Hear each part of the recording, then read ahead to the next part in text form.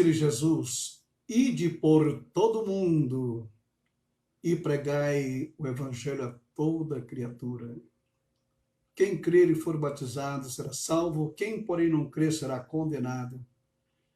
E estes sinais hão de acompanhar aqueles que creem. Em meu nome expulsarão demônios, curarão os enfermos. Se beber alguma coisa mortífera, não lhes fará mal algum. Irmãos, uma das coisas, das responsabilidades que Deus deixou exclusivamente para a sua igreja, foi justamente a questão da evangelização. Ele não designou isso para os anjos, para qualquer outro ser na face da terra, mas sim para os homens. A incumbência de apresentar o plano da redenção e da salvação, morrer pelos pecadores, nós não podemos fazer. Foi ele que fez. Agora, sair para anunciar a boa nova da salvação, isso ele entregou aos cuidados da igreja para que faça essa tarefa. Então, esta responsabilidade é minha, é sua, é nossa. E nós não podemos fazer isso de qualquer maneira. O apóstolo São Paulo ele declara: procura apresentar-te a Deus, aprovado como obreiro que não tem de que se envergonhar, mas que maneja bem a palavra da verdade. Pregar o evangelho é um dever nosso. É uma responsabilidade anunciar as verdades eternas. Mas para isto é necessário que haja preparo, cautela, cuidado.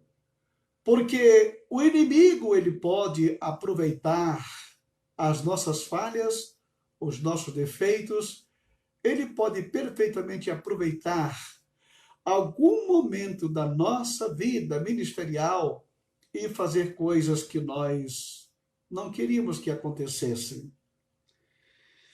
Nós vamos prosseguir hoje falando sobre as parábolas do reino e ontem você pôde observar que falamos sobre a parábola do semeador.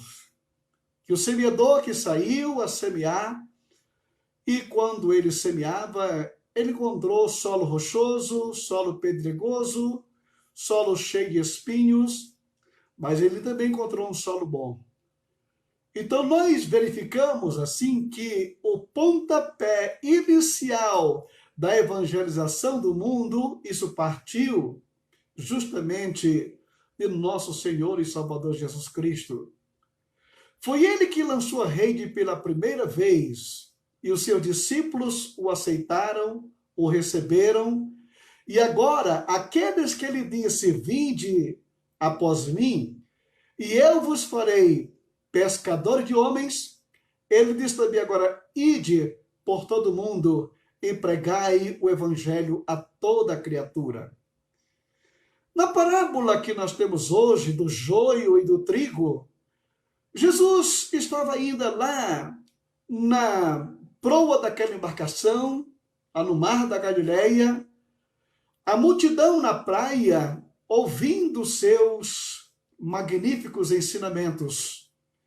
E foi justamente depois que ele fala sobre a parábola do semeador, ele prossegue com a parábola do joio e o trigo, declarando o seguinte no capítulo 13, versículo 24 de Mateus: Jesus lhe contou outra parábola, dizendo: o reino dos céus é como um homem que semeou boa semente em seu campo. Mas, enquanto todos dormiam, veio seu inimigo e semeou joio no meio do trigo e se foi. Quando o trigo brotou e formou espigas, o joio também apareceu. Os servos do dono do campo dirigiram-se a ele e disseram: o senhor não semeou boa semente em seu campo? Então, de onde veio o joio? O inimigo fez isso, respondeu ele.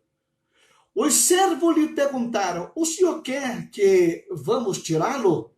Ele respondeu: não, porque ao tirar o trigo, o joio, vocês poderão arrancar com ele o trigo. Repetindo, ele respondeu: não, porque ao tirar o joio, vocês poderão arrancar com ele o trigo. Deixem que cresçam juntos até a colheita. Então direi aos encarregados da colheita: juntem primeiro o joio, amarrem-no em feixes para ser queimado, depois juntem o trigo e guardem no meu celeiro. Irmãos amados, nós estamos aqui diante de uma parábola extraordinária contada por nosso Senhor e Salvador Jesus Cristo. Você sabe que Jesus Cristo, ele sendo Deus, ele conhecia e conhece todas as coisas do passado, presente, futuro. Ele sabe de todas as coisas. Ele sabe desde o passado o que vai acontecer no futuro. Ele sabe. Ele conhece aquilo que para nós é ontem. Ele conhece também aquilo que para nós é futuro. Ele sabe de todas as coisas. Então ele conta aqui esta parábola que tem realmente um ensino muito profundo, porém não tão fácil de compreender. Mas aos poucos nós vamos falar sobre este assunto aqui. Jesus lhe contou outra parábola dizendo: o reino dos céus é semelhante, é como um homem que semeou boa semente no seu campo. Tá? Quando você vai observar um pouco mais adiante, você vai observar que este homem, o filho do homem, que começou esta tarefa, nada mais, nada menos é do que nosso Senhor e Salvador Jesus Cristo. Foi ele, naturalmente, que começou este plano da redenção, da evangelização, foi ele. E diz aqui a palavra de Deus que o reino dos céus é como um homem que semeou boa. Jamais o Senhor Jesus Cristo, jamais o Filho de Deus, iria semear alguma coisa nociva, que não preste, que venha causar dores ao homem, causar tormento para o ser humano. Ele semeou boa semente. E nós observamos na parábola do semeador que a boa semente é a palavra de Deus, né? É a palavra de Deus que cai em solo bom e se desenvolve. Mas diz aqui o texto bíblico: mas enquanto todos dormiam, veio o inimigo e semeou joio no meio do trigo e se foi. Quando o trigo brotou e formou espigas, o joio também apareceu. Veja bem, qual foi o processo, qual foi o procedimento de nosso Senhor Jesus Cristo em relação a essa plantação ou evangelização que deveria ser feita? Ele simplesmente, como eu disse para vocês, ele iniciou e deu esse encargo aos homens de dar prosseguimento. Justamente ele ensinou, ele preparou, ele orientou aqueles homens, os primeiros, que foram as primeiras pessoas que ouviram, tiveram um curso intensivo de evangelização com o Senhor Jesus Cristo, né? Mas acontece que ele não ia ficar aqui com eles para sempre. Então ele preparou aquele grupo de pessoas e ao partir deste mundo, justamente no momento da sua partida, quando ele está lá se despedindo do pessoal, ele disse agora: ide por todo o mundo e pregai o evangelho a toda criatura. Ou seja, a responsabilidade daqui para frente é de vocês, discípulos. É de vocês que vão formar discípulos. É de vocês que vão dar prosseguimento a esta obra que eu iniciei. Então, o Senhor Jesus outorgou esta responsabilidade aos homens de pregar a sã palavra de Deus. Aquilo que eles receberam do Senhor Jesus Cristo, tiveram esse privilégio de estar aos pés do Mestre, né? Mas diz aqui o texto bíblico que estes homens, eles começaram, eles prosseguiram, eles fizeram outros discípulos, eles deram prosseguimento na obra, outras pessoas foram se agregando na caminhada, mas diz aqui o trecho bíblico, mas enquanto dormiam,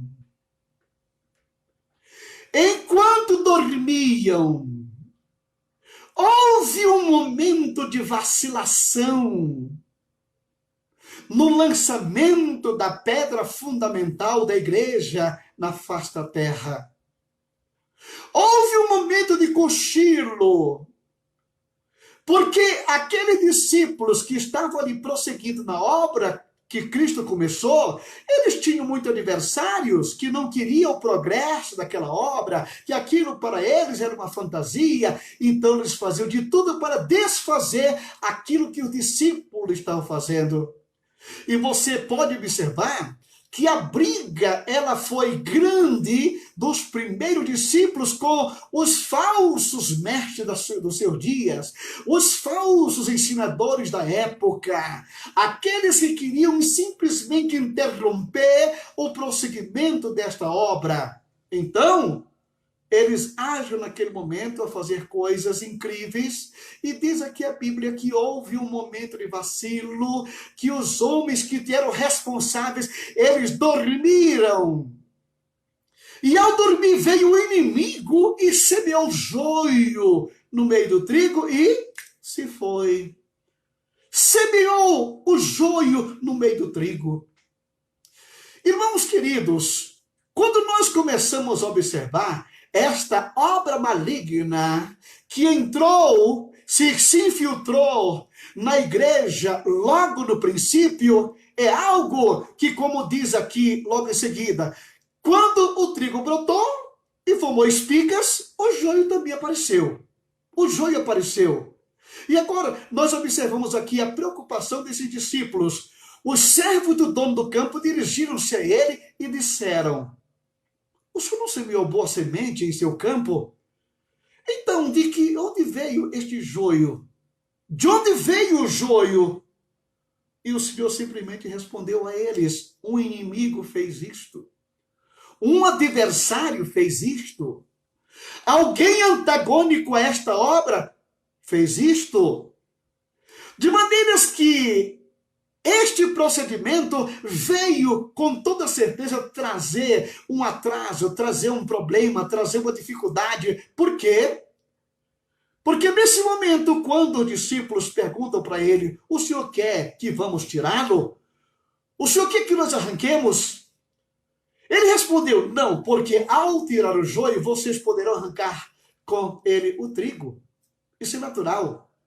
Eu tenho, por exemplo, aqui na minha estante, você está vendo aqui atrás, esse vaso, ele tem aqui um trigo, pé de trigo. Eu já tenho este vaso aqui há muito tempo e acho bonito esse trigo que está aqui neste vaso. Mas um dia veio um irmão à minha casa e quando ele olhou para este vaso, ele disse: pastor Jorge, por que o senhor mantém joio aqui no seu vaso, hein? Este vasozinho aqui. Aí eu perguntei para ele: joio? Isso para mim é trigo. Acontece que eles são tão parecidos que o senhor não tem como distinguir o que é joio e o que é trigo, principalmente quando eles estão em fase de crescimento. Eles só vão se divergir um pouco já no final, já no tempo da colheita, é que você vai ver a coloração diferente, os cachos diferentes, entre o trigo e o joio existe uma diferença, mas no momento não existe qualquer diferença. Se você for numa plantação de trigo e quiser colher, cortar dali do meio o joio, você vai terminar cortando também o trigo, porque eles são tão parecidos. Pois bem, Pois foi justamente isso que o adversário fez. Ele semeou o joio, ou seja, ele veio com uma doutrina tão sutil, uma doutrina tão similar, uma doutrina tão diabólica, mas que não dava no princípio para se distinguir, para se separar. E aquilo tudo foi crescendo no princípio da igreja, lá, quando estava no começo. Aí a coisa foi desenvolvendo, foi crescendo e foi progredindo, a obra de Deus foi crescendo, mas com esse desgaste, qual desgaste? É que o trigo ele cresce com o joio. Eles estão no mesmo, ocupando o mesmo espaço. E esse desgaste é muito grande na vida daqueles que são zelosos da Escritura Sagrada, porque para você manter a sã doutrina, para você manter a palavra sadia no campo de vista missionário, evangelístico, denominacional, é preciso muita cautela. Por quê? Porque só tendo conhecimento profundo da Escritura Sagrada é que você vai saber distinguir a falsa doutrina, o falso ensino, o joio que é semeado no meio do trigo. Você está entendendo? Então isso, irmão querido, tem deturpado os valores da igreja no decorrer dos séculos. E isso fez com que muitos homens de Deus no passado se degladiassem, lutassem, excluíssem aquilo, acolá, e pelejassem contra os falsos ensinamentos dos falsos profetas dos seus dias. Isto vem se arrastando por tanto tempo. E acontece que essa parafernália tem chegado praticamente até os nossos tempos. Porque eu não quero, nesse momento, particularizar a questão denominacional. Eu quero dizer para você é que esta questão ela é uma forma globalizada. Globalizada. Por quê? Com esse enxerto que houve do joio no meio do trigo, foi que começou a subir as separações, né? Um cristianismo de um jeito para ali, outro cristianismo de outra forma para ali, um que tinha uma forma de interpretar, outro que tinha uma maneira de agir, outro que achava que aquilo estava certo, outro que acha que aquilo está errado, ou seja, cada qual defende o seu ponto achando que aquilo está correto, quando na realidade o joio está no meio desse trigo. A luta da igreja em todo tempo é este. Agora, quando nesse momento daqui, dormindo, aqueles a quem o Senhor deu a responsabilidade, e trazendo isso hoje para os nossos dias, quando você observa quantas e quantas igrejas que têm surgido no cenário do mundo, que é fundado por uma pessoa que não tem o mínimo preparo.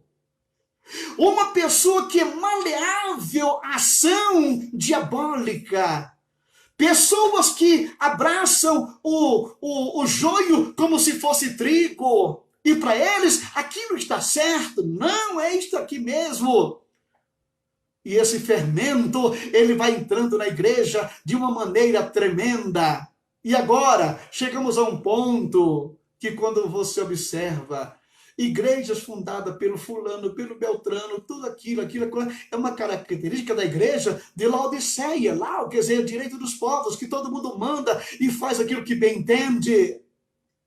A igreja, ela hoje sofre. Por quê? Porque trigo e joio estão aqui misturados. Você está entendendo? Você tem que conviver. O cristianismo, o puro, ele tem que conviver com o joio lançado pelo adversário, lançado pelo inimigo. Agora, separar? Não. Não tem como. Você não tem como. Alguns tempos atrás, você se lembra que a Igreja Católica, ela teve uma cisão tremenda.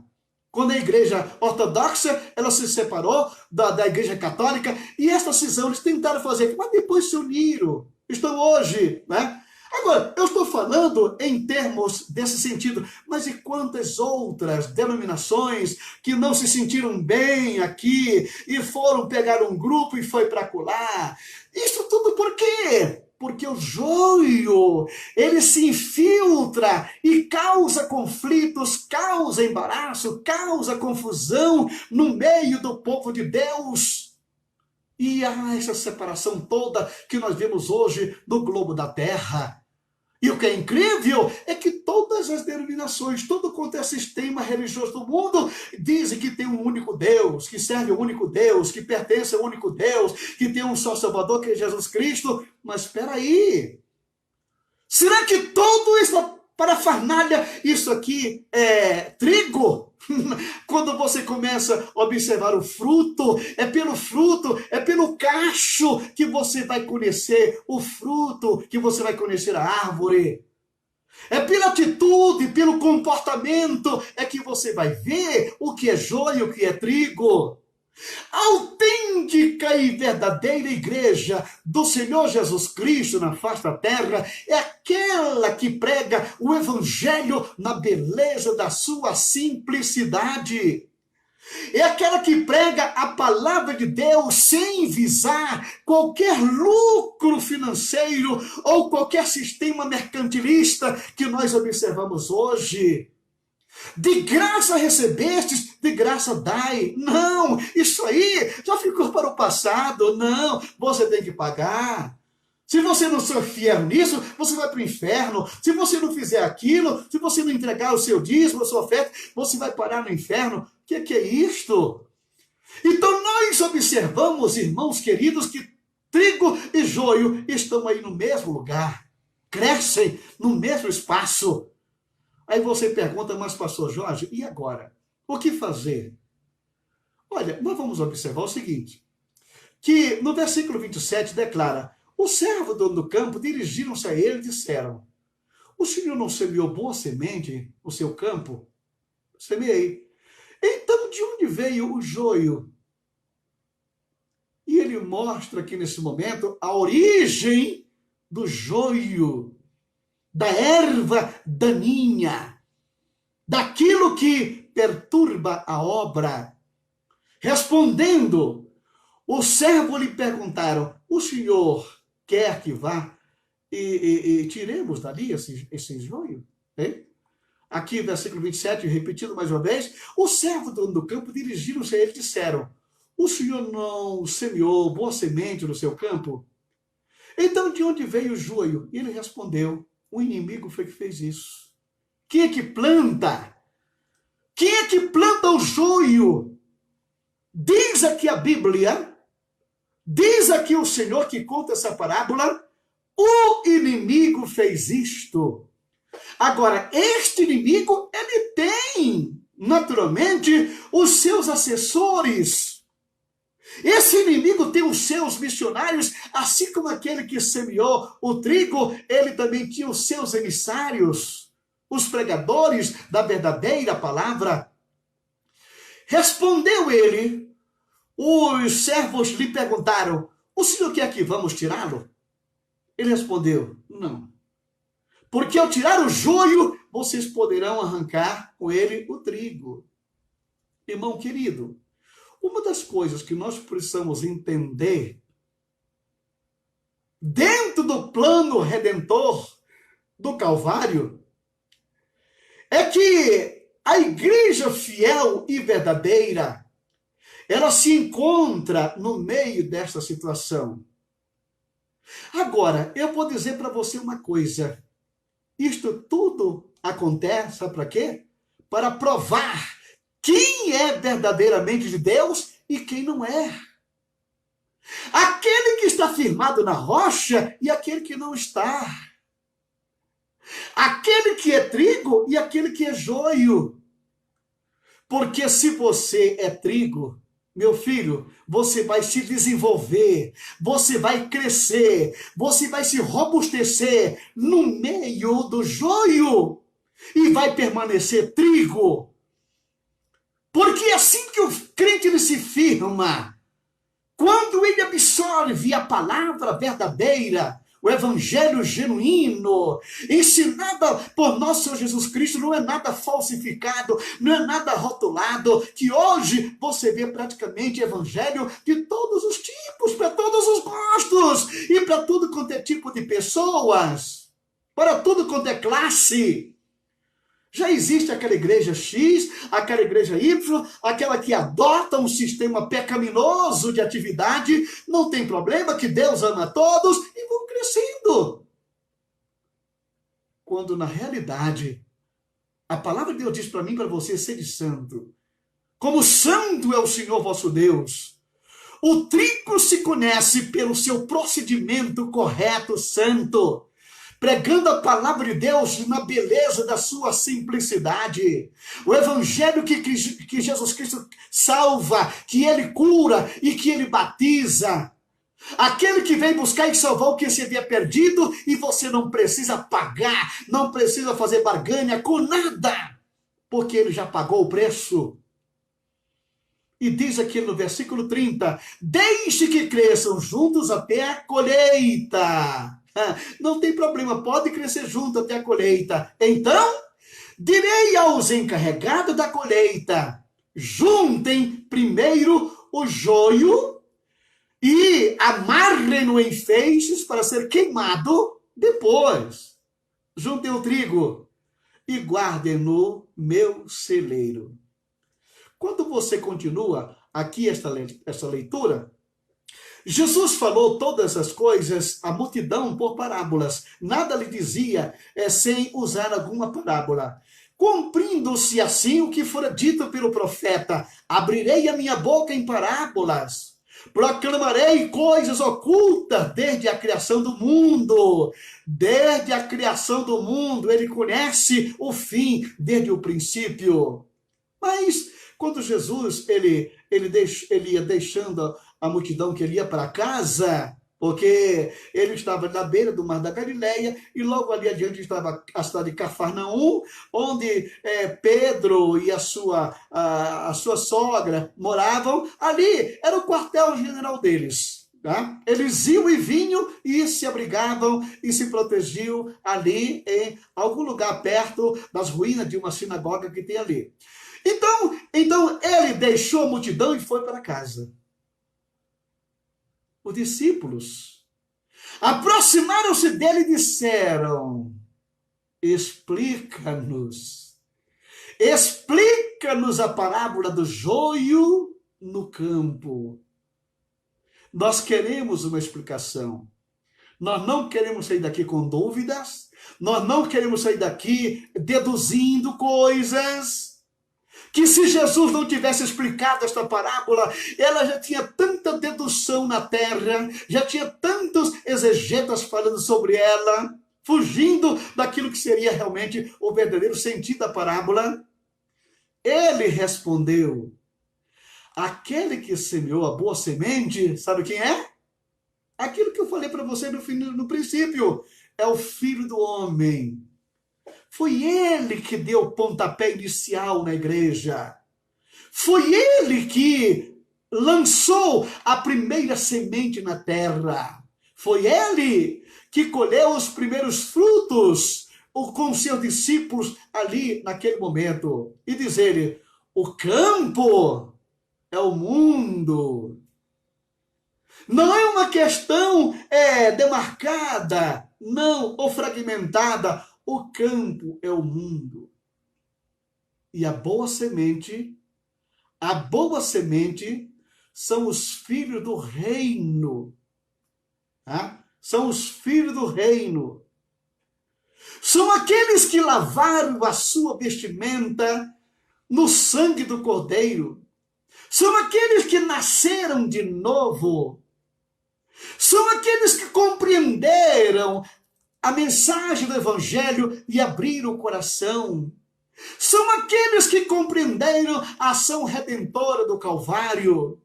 São aqueles que abriram o coração e aceitaram Jesus como seu Salvador e tiveram a experiência do novo nascimento. Então diz ele, o campo é o mundo. A boa semente são os filhos do reino. Olha bem.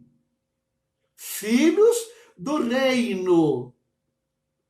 Você está lembrado do capítulo 6 de Mateus, que todo dia praticamente você ora, você reza, venha a nós o teu reino. Pois bem, só vai participar deste reino, sabe quem? Os filhos do reino. Esta multidão de crentes em todo o globo da terra que de bom coração aceitaram Jesus como seu salvador pessoal. Agora, o joio são os filhos do maligno. São os emissários de Satanás, que se infiltram no meio do povo para querer justamente minar a mensagem sadia do evangelho, para que os homens fiquem se degladiando, para que os homens fiquem se torturando, porque ele está ali.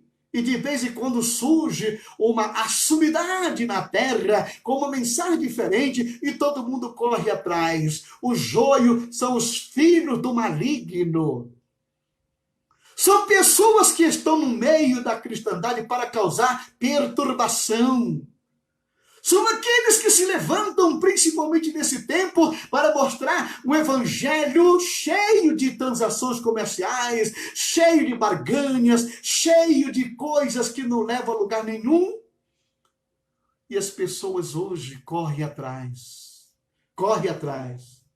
No meu tempo não que está dias atrás, no meu tempo nunca, ele continua. Eu continuo no mesmo estado, mas no tempo em que eu comecei a pregar o evangelho, que eu via a igreja superlotada, eu via as pessoas dizer assim, olha, hoje nós vamos ter um culto de oração e de avivamento, e aquilo lotava a igreja. Pessoas indo buscar a presença do Senhor, indo buscar o batismo com o Espírito Santo, indo buscar sabedoria e os dons espirituais. As igrejas eram lotadas por esse motivo. Hoje, as igrejas são lotadas por pessoas que vão lá buscar riquezas materiais. Vem aqui, dê o que você tem, que você vai receber 10 vezes, 100 vezes mais. Vem aqui que você vai sair dessa miséria que você está. Vem aqui porque Deus não quer ninguém pobre. Veja só, esse tipo de mensagem satânica que os filhos do maligno hoje, eles estão lançando no meio da cristandade. As pessoas não vão mais à igreja em busca de Jesus, em busca de batismo, em busca da verdade. Eles vão em busca de sair da sua situação precária financeiramente que eles se meteram. Infelizmente, a mensagem dos malignos, do filho do maligno é justamente esta, de deturpar os valores espirituais, os valores eternos. Ainda criam chacota, ainda pegam de vez em quando uma pessoa incauta para dar o seu testemunho. Olha, quando eu estava lá naquela igreja, eu passei não sei quantos anos, e depois que eu vim para cá, agora eu tenho isso, tenho aquilo. Isso é evangelho? Infelizmente, o joio são os filhos do maligno que estão aqui para perturbar a igreja do Senhor, mas ao mesmo tempo, isto aqui é um parâmetro para saber quem é e quem não é, quem é trigo e quem é joio, porque quem é trigo se firma em Cristo, não firma-se em palavras humanas. O versículo 39 diz ainda, e o inimigo que semeou é o diabo. A colheita é o fim desta era. E os encarregados da colheita são os anjos. Esse sabe o que é trigo. Este sabe o que é joio. Nós estamos, irmão querido, com este sinal dos tempos. Quando Jesus Cristo ele fala em Mateus capítulo 24... que um dos sintomas dos últimos tempos era justamente a grande onda de falsos profetas que iriam surgir para enganar, se possível, o trigo. se possível, os próprios eleitos. Você está entendendo? Então, nos últimos dias, uma onda de emissários malignos, saindo das trevas, incutida por Satanás, que são os falsos profetas, eles estão acelerados. Satanás sabe que pouco tempo lhe resta, então acelera o passo. Vai por o mundo aí fora. Então prega a fortuna, prega dinheiro, prega isso, prega prosperidade, prega batalha não sei de onde. Enfim, prega tudo que é contrário. E a humanidade incauta, as pessoas simples, que não têm conhecimento, simplesmente seguem esses guias cegos que não sabem para onde vão e querem atormentar a vida das pessoas. Então diz o versículo 39, e o inimigo que semeia é o diabo. A colheita é o fim desta era. Estamos nos aproximando, querido irmão. Eu quero que você entenda uma coisa, que antes do fim desta era, Jesus Cristo vai tirar a sua igreja aqui da terra. Ele vai tirar a sua eleita. Porque se a noiva do Cordeiro, ele quer uma noiva sem mancha, sem mácula e sem defeito. Como diz alguns que a igreja, ela vai passar pela grande tribulação. Então Jesus não vem buscar uma igreja sem mancha, sem mácula e sem defeito. Ele vem buscar uma noiva toda estourada, toda rasgada. Mas a noiva do Cordeiro, meu filho, essa é intocável. É intocável. E ele vai tirá-la antes que venha o tempo do fim. E como diz aqui, a colheita é o fim desta era. O fim da era, ela vai ser contada logo em seguida, depois do arrebatamento da igreja. Aí pronto, é uma onda de falso profeta para tudo quanto é lado. É joio à torta e à direita lançada no coração das pessoas na face da terra. Mas daqui a pouco, você vai ver quando o Senhor vier com seus anjos. E é ele que vai pegar esse joio todo, vai atar em feixes e vai lançá-lo aonde? No fogo.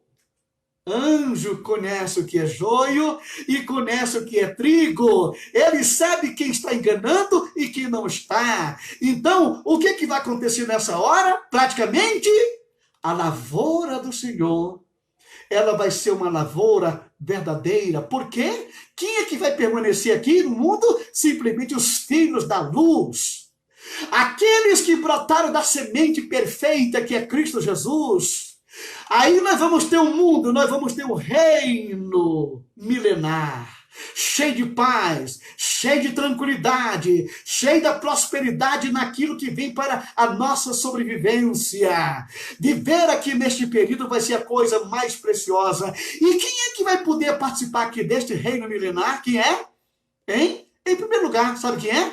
A igreja, num corpo glorificado que desce com Jesus Cristo. Como diz Apocalipse, capítulo 20, versículo 6. Bem-aventurado e santo é aquele que tem parte na primeira ressurreição. Sobre estes, não tem poder a segunda morte, mas serão sacerdotes de Deus e de Cristo e reinarão com ele 1000 anos. Quem é mais que vai participar aqui desse reino milenar? Quem é?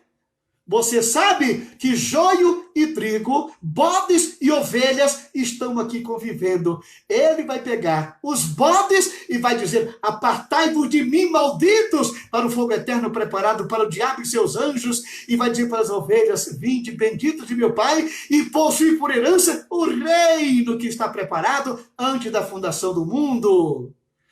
Terceiro grupo que vai estar presente aqui neste reino milenar, sabe quem são? Os judeus, aqueles que passaram por toda essa situação, eles estão aqui de carne e osso, numa missão extraordinária na face da terra, nessa época da grande tribulação. Porque na tribulação, o apóstolo São Paulo declara no capítulo 11, que todo Israel será salvo, vai ter uma conversão em massa de judeus aqui nesse período, e o papel deles nesta ocasião vai ser de permanecer, vai ser de atravessar a grande tribulação e adentrar ao milênio, tão marcado com o selo de Deus, e eles também vão adentrar ao milênio. Então no milênio, quem é que nós temos aqui nesse reino? Quem é? Cristo no trono, a igreja reinando com ele, as nações ovelhas e o povo escolhido por ele, os judeus, que vão reinar com ele aqui nesse momento. E diz aqui o versículo 40, assim como o joio é colhido e queimado no fogo, assim também acontecerá no fim desta era. E diz o versículo 41, o Filho do Homem enviará os seus anjos. Eles tirarão do seu reino tudo o que faz tropeçar e todos os que praticam o mal. Ele os lançará na fornalha ardente, onde haverá choro e ranger de dentes. Então os justos brilharão como o sol do reino do seu Pai. Aquele que tem ouvidos, ouça. Se você tem audição espiritual, ouça. Porque esta mensagem aqui é para aqueles que são espirituais. Essa mensagem aqui são para aquele que representa o trigo. Porque você já viu o que será este mundo sem joio, sem maldade, sem violência, sem praga, sem roubo, sem miséria, sem mentira, sem pavor, sem angústia. Irmão querido, este período do reino milenar de nosso Senhor Jesus Cristo vai ser a coroação de toda a obra redentora do Calvário que iniciou por nosso Senhor e Salvador Jesus Cristo. Portanto, você que é trigo, firme-se mais ainda, porque você pode estar ao lado de um joio que quer perturbar a tua vida. Mas ele não perturba, não. Ele vem para fortalecer cada vez mais e mais a sua fé. É como diz o apóstolo São Paulo, eu sei em quem tenho crido. Eu sei. Ninguém vai demover a nossa fé na pessoa de nosso Senhor Jesus Cristo. Portanto, irmão querido, que Deus continue te abençoando rica e poderosamente bem. Você que faz parte deste grupo que vai estar aqui reinando com Cristo no milênio, que Deus te abençoe. Amado Deus e Pai, eu te glorifico pela vida deste meu irmão, desta irmã, dessa família que está ouvindo nesse momento a tua palavra. Fortalece a fé de cada um, confirma cada vez mais e mais, Senhor, a tua presença na vida dos meus irmãos e que eles possam caminhar glorificando o teu nome, olhando para Jesus, que é o autor e consumador da nossa fé. Este que semeou o trigo verdadeiro neste mundo e que breve ele vem para fazer a colheita. Nós te glorificamos, Pai. Abençoa aqueles que estão enfermos, Senhor. Olha para a irmã Maria Lúcia, que vai fazer uma cirurgia, que o Senhor esteja presente nesse momento, restaurando completamente a vida da tua filha. Também olha para a minha nora, ali em Boa Vista, em Roraima, dê uma recuperação magnífica na vida dela, Senhor, restaura completamente a sua saúde. Olha para o irmão Elias, Senhor, que a saúde do teu filho seja restaurada completamente. E de todos aqueles que estão doentes nesta hora, Senhor, manda uma palavra de cura para que o teu servo seja curado. Em nome de Jesus Cristo, Senhor, abençoa. Eu também te peço nesse momento, Senhor dos Exércitos, pelos pastores aqui da nossa cidade de Campinas, as igrejas que estão aqui pregando o Evangelho, anunciando as verdades eternas, Senhor. Toma cada um nas tuas mãos para pregar a genuína palavra de Deus. Que seja a mensagem vinda do céu, aquela que o Senhor semeou no campo, Senhor. Fortalece-nos. Fortalece a tua igreja, o teu povo, Senhor. Guarda cada um dentro da tua face. Ensina a tua igreja a ser prudente, a caminhar a passos firmes, mas seguros na tua palavra e nas tuas promessas, olhando para Jesus, que é o autor e consumador da nossa fé. Te peço ainda pelo prefeito de Campinas, dê saúde a este teu servo que o Senhor tem colocado sobre essa cidade, Senhor. Dê a ele a capacidade para administrar esse momento de crise. E também te peço pelas autoridades constituídas sobre o nosso Brasil. Deus de maravilhas, toma o presidente da República nas tuas mãos e todos aqueles que estão com função de mando sobre esta nação brasileira. Dê sabedoria a estes homens, Pai. Dê-lhes uma harmonia perfeita, que eles lutem não um contra o outro, mas no ideal de ver um Brasil próspero, um Brasil que desenvolva, um Brasil que venha a crescer cada vez mais e mais, Senhor. Para isto, eles foram colocados, não para legislar em causa própria, mas em prol da nação, da qual eles foram colocados pelo povo, Senhor. Ajuda, dando sabedoria, dando saúde, dando força para prosseguir nessa jornada. Deus, também te peço nesse momento pela minha família, pelos meus filhos e netos, guarda e fortalece cada um na tua presença e nos ensina a te servir com fidelidade, com amor e santidade. Abençoa os alunos do Unicamp que hoje entraram em férias da escola, mas não pararam porque estão recebendo as matérias em casa para prosseguir se preparando, porque ao terminar esta pandemia, a igreja vai se levantar com mais poder, com mais autoridade, com homens e mulheres que estão se preparando para esta obra gigantesca que nós temos pela frente. Em nome de Jesus Cristo, nós te glorificamos agradecidos, hoje, para sempre. Amém e amém. E a graça de nosso Senhor Jesus Cristo, o amor de Deus, nosso Pai, a comunhão e a consolação do Espírito Santo seja com todo o povo de Deus, agora e sempre. Amém e amém. Deus abençoe.